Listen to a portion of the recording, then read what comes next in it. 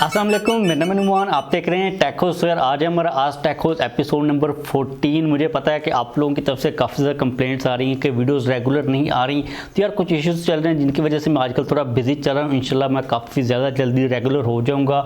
और पिछले वीक के अंदर हम लोगों ने पता नहीं कोई 3 से 4 दिन टेक शो की वीडियोज़ को अपलोड किया। तो आई कैन टोटली अंडरस्टैंड आप लोगों की जो कंप्लेंट्स हैं वो बिल्कुल जायज़ हैं। आप लोगों के मुझे इंस्टाग्राम के ऊपर भी मैसेज आ रहे हैं कि भाई आजकल क्या सीन चल रहा है। तो यार मैं थोड़ा सा बिजी हूँ, इंशाल्लाह मैं बहुत जल्द रेगुलर हो जाऊँगा।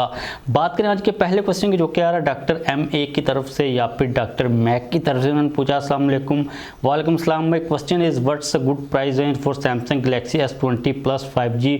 तो बेसिकली उन्होंने ये पूछा है कि किस रेंज के ऊपर उसको ले लेना चाहिए, किस रेंज के ऊपर उसको नहीं लेना चाहिए। तो यार फर्स्ट ऑफ ऑल मुझे उसकी प्राइस का किसी किस्म का कोई भी आइडिया नहीं है। और जो प्राइस होती है ना, ये डिपेंड करती है काफ़ी ज़्यादा चीज़ों के ऊपर कि जो फ़ोन की कंडीशन है वो क्या है, आप लोग कौन सा वेरिएंट ले रहे हो, उसके अंदर कितनी ज़्यादा स्टोरेज है, उसकी कंडीशन के अलावा वो किस सिटी से आप लोग बाय कर रहे हो। तो ये वाले जो फैक्टर्स होते हैं ना, ये काफ़ी ज़्यादा इंपॉर्टेंट होते हैं किसी भी यूज फ़ोन को बाय करने के लिए।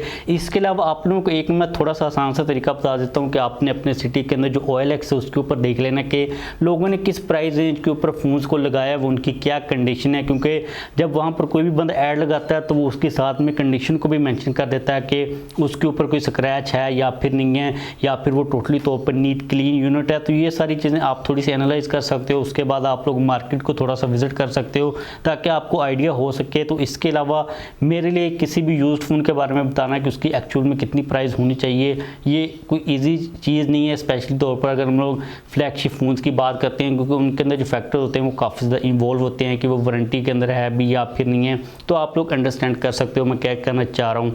अगले क्वेश्चन की अगर हम लोग बात करते हैं, जो कि आ रहा है मोबाइल्स एंड फ़ोन्स की तरफ से, उन्होंने पूछा my range is 25K to 35K, does I wait for a new device. तो यार आपकी एक तो रेंज काफ़ी ज़्यादा बड़ी है। इस रेंज के अंदर काफ़ी ज़्यादा अमाउंट के अंदर आपको स्मार्टफोन्स देखने को मिल जाएंगे। अगर तो 25K की बात करते हैं ना, तो आई थिंक कल Realme Nazo 30 लॉन्च हो रहा है। उसका आप देख लो कि वो किस प्राइस रेंज के अंदर आता है। काफ़ी अच्छी डिवाइस होगी। उम्मीद तो यह है कि जिस तरह Realme ने Nazo 30A को पाकिस्तान के अंदर एग्रेसिवली लॉन्च किया था, मे बी जो 30 सिंपल है वो भी एग्रेसिवली लॉन्च किया जाए। इसके अलावा अगर आपका बजट 35K है तो आप Realme 8 की तरफ जा सकते हो, जो कि काफ़ी एक अच्छी डील है। तो आप आइडिया लगा सकते हो, क्योंकि अगर हम देखते हैं ना अपकमिंग किसी डिवाइस की, तो मुझे लगता नहीं है कि कोई अच्छी डिवाइस रह गई हुई है जो कि नियर फ्यूचर में आपको देखने को मिलेगी। तो आप आइडिया यहाँ पर ले सकते हो थोड़ा बहुत लोअर से अपर रेंज के अंदर कहाँ तक आपने जाना है। अगले क्वेश्चन की बात करें, जो कि आ रहा है जाहिद अली की तरफ ने पूछा when Infinix and Tecno will improve और चेंज देयर UI। तो यार इनके जो UIs है उनके अंदर काफ़ी ज़्यादा बेटरमेंट की गुंजाइश बिल्कुल है, लेकिन हमें थोड़ा सा वेट करना पड़ेगा, क्योंकि ये वाली जो कंपनीज अभी इनिशियल स्टेज के ऊपर है। मतलब कि इनकी जो रेंज है ना बजट की, वो बहुत ही ज़्यादा बेसिक लेवल की है और इनकी सेल्स काफ़ी अच्छी चल रही हैं। लेकिन हमें इन्हें थोड़ा सा टाइम देना पड़ेगा। ये फ्यूचर के साथ अपने UI को इम्प्रूव कर लेंगे, क्योंकि जो UI को इम्प्रूव करना है ये काफ़ी एक बड़ा टास्क है। आप लोग Xiaomi की एग्जाम्पल ले सकते हो कि उनका जो मार्केट शेयर है, उनकी जो प्रोग्रेस है मार्केट के अंदर वो काफ़ी ज़्यादा अच्छी है, लेकिन स्टिल वो लोग स्ट्रगल कर रहे हैं अपने UI को लेके। क्योंकि अगर आप लोग हार्डवेयर की स्पेसिफिकेशंस की बात करते हो ना, तो हार्डवेयर आपने इजीली मैनेज कर लेना होता है। मतलब कि आपने सॉफ्टवेयर के अलावा जो दूसरी चीज़ें हैं वो तो आउटसोर्स कर लेनी होती है, लेकिन सॉफ्टवेयर को आउटसोर्स करना या फिर उसके लिए टीम को बिल्ड करना ये काफ़ी मुश्किल चीज़ होती है। तो डेफिनेटली इन कंपनीज को थोड़ा बहुत हमें टाइम देना ही पड़ेगा। अगले क्वेश्चन की बात करें, जो कि आ रहा है उस्मान असलम की तरफ, उन्होंने पूछा Mi 11 Lite versus Realme 7 Pro which is better. यार पर्सनली तौर पर मुझे Mi 11 Lite काफ़ी ज़्यादा पसंद है, काफ़ी स्लिम और काफ़ी ब्यूटीफुल उसका डिज़ाइन है, लेकिन उसके अंदर जो बैटरी लगी हुई है वो काफ़ी ज़्यादा छोटी है। तो आपको मैं रिकमेंड करूँगा कि आप Realme 7 Pro की तरफ जा सकते हो, जो कि काफ़ी एक अच्छी डील है, आपको पसंद आएगा। अब मैं इसके आंसर को इतना ज़्यादा लंबा नहीं करूँगा, लेकिन इतना ही आंसर कम रखूँगा। अगले क्वेश्चन की बात करें, जो कि आ रहा है कामरान अली की तरफ से, उन्होंने पूछा है कि हुआवे के हार्डवेयर के बारे में एक डिटेल वीडियो बना दें प्लीज़। तो यार उसके रिलेटेड हम लोग जितनी भी बातें ऑलरेडी कर चुके हैं। अब मज़ीद अगर हम लोग उसके बारे में कोई डिस्कशन करनी है ना, तो उसके लिए ये चीज़ ज़रूरी है कि हमारे पास हुआवे की कोई डिवाइस होनी चाहिए, जो कि अनफॉर्चुनेटली मेरे पास कोई नहीं है। और ना ही मैं कोई हुआवे की डिवाइस बाय करना चाह रहा हूँ कि मैं उसके ऊपर वीडियो बनाऊँ, क्योंकि वो टोटल लॉस है। तो हमें इसको थोड़ा सा इग्नोर ही मानना पड़ेगा। और वैसे भी उसके ऊपर बात करने की अब मुझे लगता नहीं है कि इतनी हमें खास ज़रूरत है। कोई भी इंपॉर्टेंट अपडेट होती है तो वो हम लोग दी टेक शो के अंदर डिस्कस कर ही लेते हैं। अब हमें मेनली वो तौर पर फोकस करना है ओनर के ऊपर, क्योंकि वो हुआवे से अलग हो चुके हैं और उनको गूगल की एप्लीकेशंस की इजाज़त भी मिल गई हुई है। तो ओनर का जब भी कोई पाकिस्तान के अंदर फ़ोन आता है तो हम लोग डेफिनेटली उसके बारे में बात करेंगे। इसके बाद अगला क्वेश्चन यहाँ पर पूछा हसनैन रज़ा बलोच ने, सलाम भाई, वालेकुम सलाम ब्रो। क्वेश्चन मी 11 लाइट लूँ या ना लूँ। तो अगर तो आपको स्लिम स्मार्ट ब्यूटीफुल डिज़ाइन का कोई फ़ोन चाहिए तो आप मी 11 लाइट को ले सकते हो। इटसेल्फ काफ़ी एक अच्छी डील है और काफ़ी प्यारा फ़ोन है, लेकिन बैटरी को अपने माइंड के अंदर लाजमी तौर पर रखिएगा और Xiaomi के UI के अंदर जो बग्स वगैरह आ रहे हैं उनको भी कंसिडर कर लीजिएगा, क्योंकि इस रेंज के अंदर आपको और बेटर ऑप्शंस देखने को मिल जाते हैं। लेकिन अगर आपको मी 11 लाइट पसंद आ रहा है तो आप उसको डेफिनेटली कंसिडर कर सकते हो, काफ़ी एक डिसेंट फ़ोन है। अगला क्वेश्चन यहाँ पर पूछा मुजीबुर रहमान ने, भाई पोको F3 के मुकाबले में कोई मोबाइल आने वाला है कि नहीं, आने वाले 1-2 महीनों में प्लीज़ बता दें। तो यार पोको F3 काफ़ी अच्छी डील है, लेकिन उसके मुकाबले में मुझे लगता है कि जो पोको X3 GT है ना, जो कि रेडमी नोट 10 प्रो का जो 5G वेरिएंट है चाइना के अंदर, जिसके अंदर में डायमेंसिटी आई थिंक 1100 है या 1100 मेरे ख्याल में, वो आने वाला पाकिस्तान के अंदर आ सकता है, लेकिन वो कंफर्म नहीं है कब आएगा।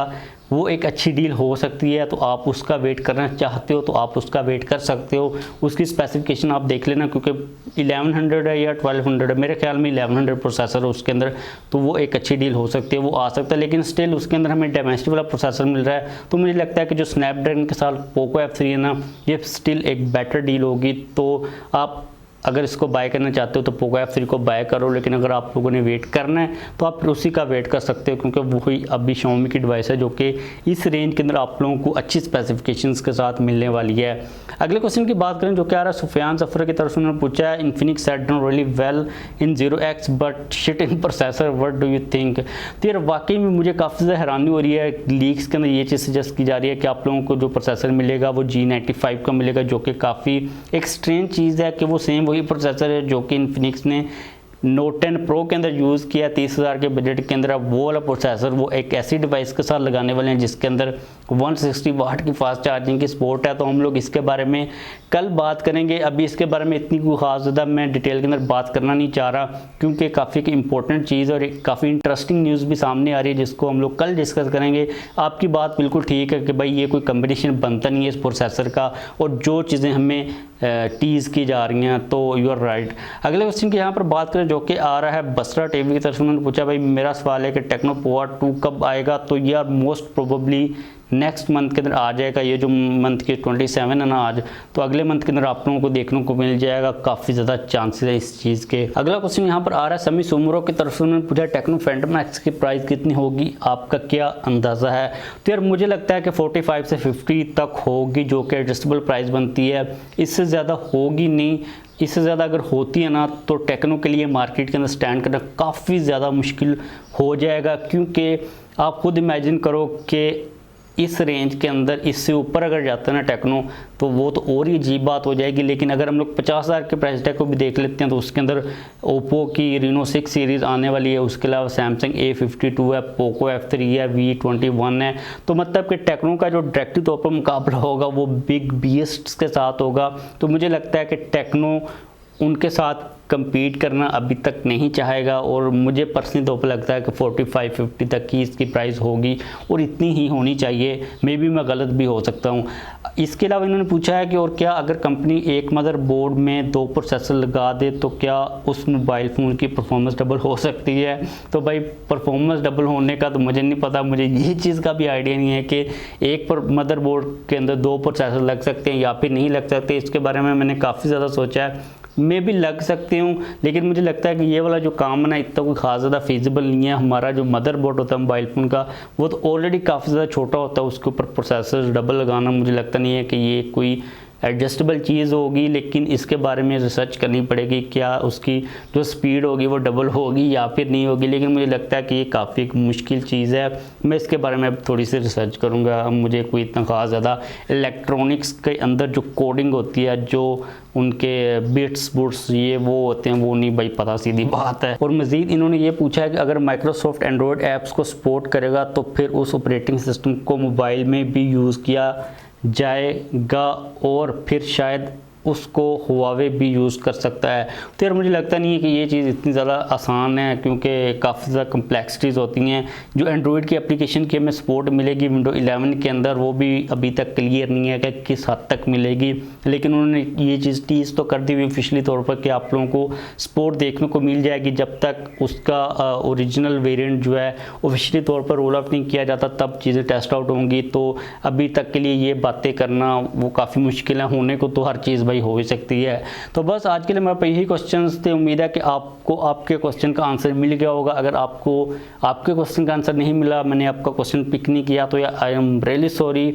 आप नेक्स्ट टाइम लाजमी तौर पर क्वेश्चन कीजिएगा। मैंने अपनी पूरी कोशिश किया कि जितने भी इंपॉर्टेंट क्वेश्चन थे उनको मैं कवर कर सकूं। इसके अलावा आपके डिफरेंट टाइप के क्वेश्चन आते हैं यूज्ड फ़ोन्स के रिलेटेड, तो या यूज्ड फ़ोन्स के रिलेटेड मैंने आपको ऑलरेडी पहले क्वेश्चन के अंदर चीज़ बता दी थी कि आप थोड़ी सी रिसर्च किया करें अपने सिटी के अंदर आपको कौन सा फ़ोन चाहिए, उसका कौन सा वेरिएंट है, उसकी क्या कंडीशन है। तो इस किस्म के जो क्वेश्चंस होते हैं मैं उनको फिर पिक नहीं करता, मैं एक आधा ही पिक कर लेता हूँ ताकि आप लोगों को आइडिया हो जाए। तो उम्मीद है कि आप लोगों के लिए ये वाली जो वीडियो है यूज़फुल साबित होगी। जाने से पहले वीडियो को लाइक लाजमी तौर पर कर दीजिएगा। चैनल के ऊपर नया सब्सक्राइब नहीं किया हुआ तो जाने से पहले चैनल को भी सब्सक्राइब कर लीजिएगा।